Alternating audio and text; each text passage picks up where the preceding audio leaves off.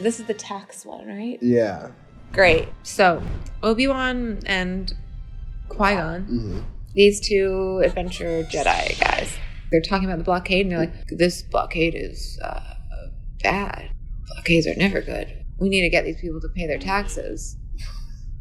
We have to start a war over this. Kids want to know. This is very entertaining to the general American public. So they land on this beautiful, lush island.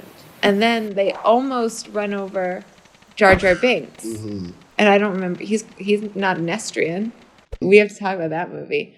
It's called All Animals Big and Small, and it's a weird cartoon version of Noah's Ark. There's this species in it called Nestrians, and he looks just like a Nestrian. But since I don't know what they are called, we're going to call them the Nestrians, okay? So he almost runs over Jar Jar Binks, and Jar Jar's like, oh, you are my master now. Obi-Wan's like, no, stop.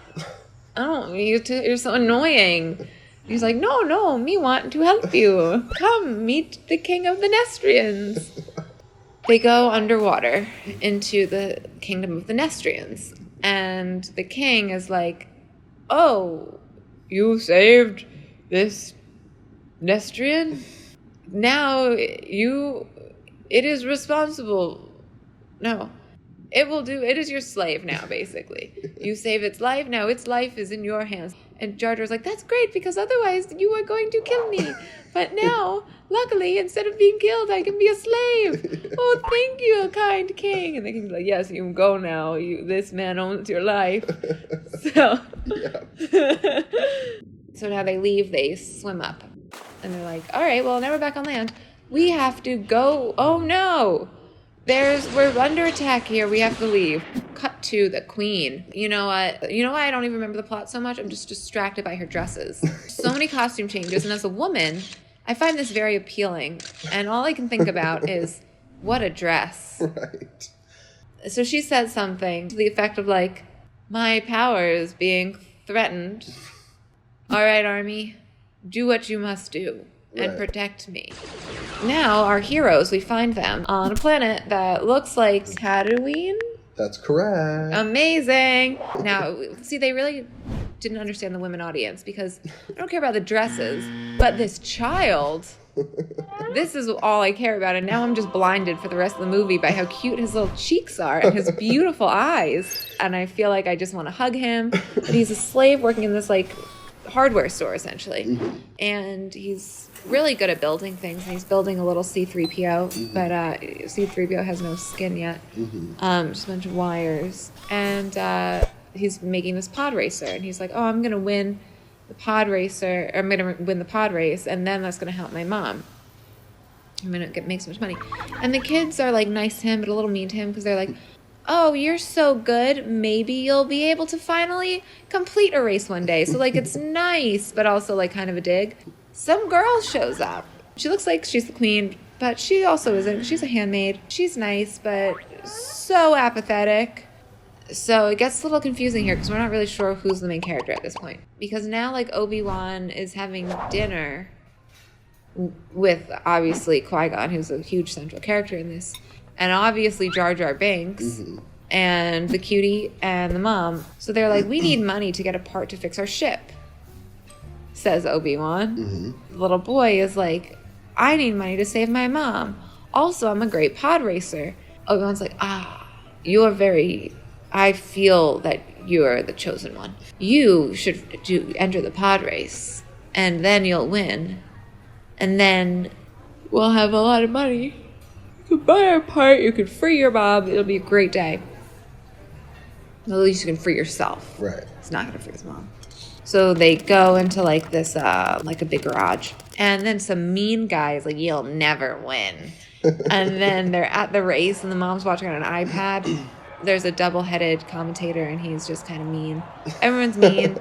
There's, like, snipers. People, it's, like, very weird. People are trying to shoot people, like, up in the mountains. Die, you bastard!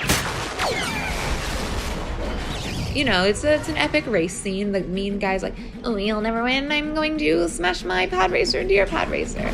And then Anakin's like, whatever. Anakin pulls some really great engineering moves. He manages to get his engines back up, and he wins. Now he has all the money. They go back, they're eating dinner again, and Obi-Wan's like, come here, Anakin, I have to talk to you. He's like, Anakin, you can only buy your freedom, not your mom's. I need you to come with me and train to be a Jedi. Anakin's like, oh wow, I've always wanted to be a Jedi. And his mom's like, oh, that's my son. Oh, don't leave. And he's like, no, it's fine. And then he's leaving. He's like, wait, I want to say goodbye to my mom. And then it's the most emotional scene in the whole thing. Mm-hmm. He cries. He says, well, will I ever see you again? And she's like, I don't know, son. He's like, oh, I love you. I'll miss you. And he runs. And now he's with his new mentor. Mm-hmm. They have to go to the Jedi Council. So they go there, and it's this big room in the sky. And they're like mostly unimpressed. And then they're like, Obi-Wan, we have to talk to you. And they're like, what the fuck are you doing? This kid is way too old. He's already 8. He's basically a man. He can't be trained. And Obi-Wan's like, I'll do everything I have to do. I'll invest so much in myself. I'll train him all by myself. They're like, this could be bad. And Obi-Wan's like, no, I don't think so. I think this is a good move. And now little Anakin is freezing because he grew up on a desert planet and now he's in civilization and he's so cold. And now the handmaid in her super flat voice, like, don't be cold. Plus she gives him like a friendship bracelet. So now he has a friendship bracelet, but he's still a little cold though. But it's okay because he's a crush. And she has a gun that is Liam's favorite gun. It makes like a pew sound. No, that's why it's cool. It doesn't make a pew sound. It makes like a... I can't do a good impression of it, but it's unique. So, what happened? Did I fall asleep? Like, now all of a sudden they're back in the lush jungle? Yes. Yeah, and there's a big, huge battle. What do Obi-Wan and Qui-Gon do? They fight someone with a lightsaber, and Qui-Gon dies. Yes. Who do they fight? Darth Maul? Yes. Is that Darth Maul? Yes. They're fighting in Catwalk World. Yeah, I know. Of course they are. That's where you want to have a fight? Yeah, okay, we got to go to the catwalk. We got to find some place with lots of catwalks. Yeah, we got to go to the catwalk. Catwalks and platforms, a Star Wars story. How does Obi-Wan defeat him? The Force. Can't argue with that. And what does Anakin do at the end? He pod races? No. Oh. He builds a robot. Nope. Oh, damn. What are their skills? Well, it is using the skill of pod racing, but you can't pod race in this situation. Oh, yeah. He gets in a spaceship he's not supposed to be in. Mm-hmm. In a scene almost akin to when Luke defeats the Death Star, no? Yes, it is definitely meant to mirror that. George Lucas said so. Oh, my God. Really, of all this bullshit that I've just said, like, that was good of me. Yeah. Yeah. You nailed it. I'm good at recognizing patterns. Again, it's like poetry, so if they rhyme, every stanza kind of rhymes with the last one. And then what's the very, very end? Oh yeah, there's a big parade and now everyone realizes that Padme's the queen. All right, that's it. Time to lead into the next one. We have to save her. Mm-hmm. Han is going to be like, look, I can't help you. I got you to the Death Star, my boy, I'm not going to kill you. And the Emperor's like, what?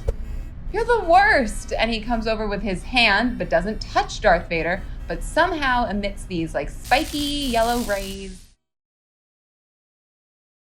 Oh, me too clumsy. Me have to be a slave now. So.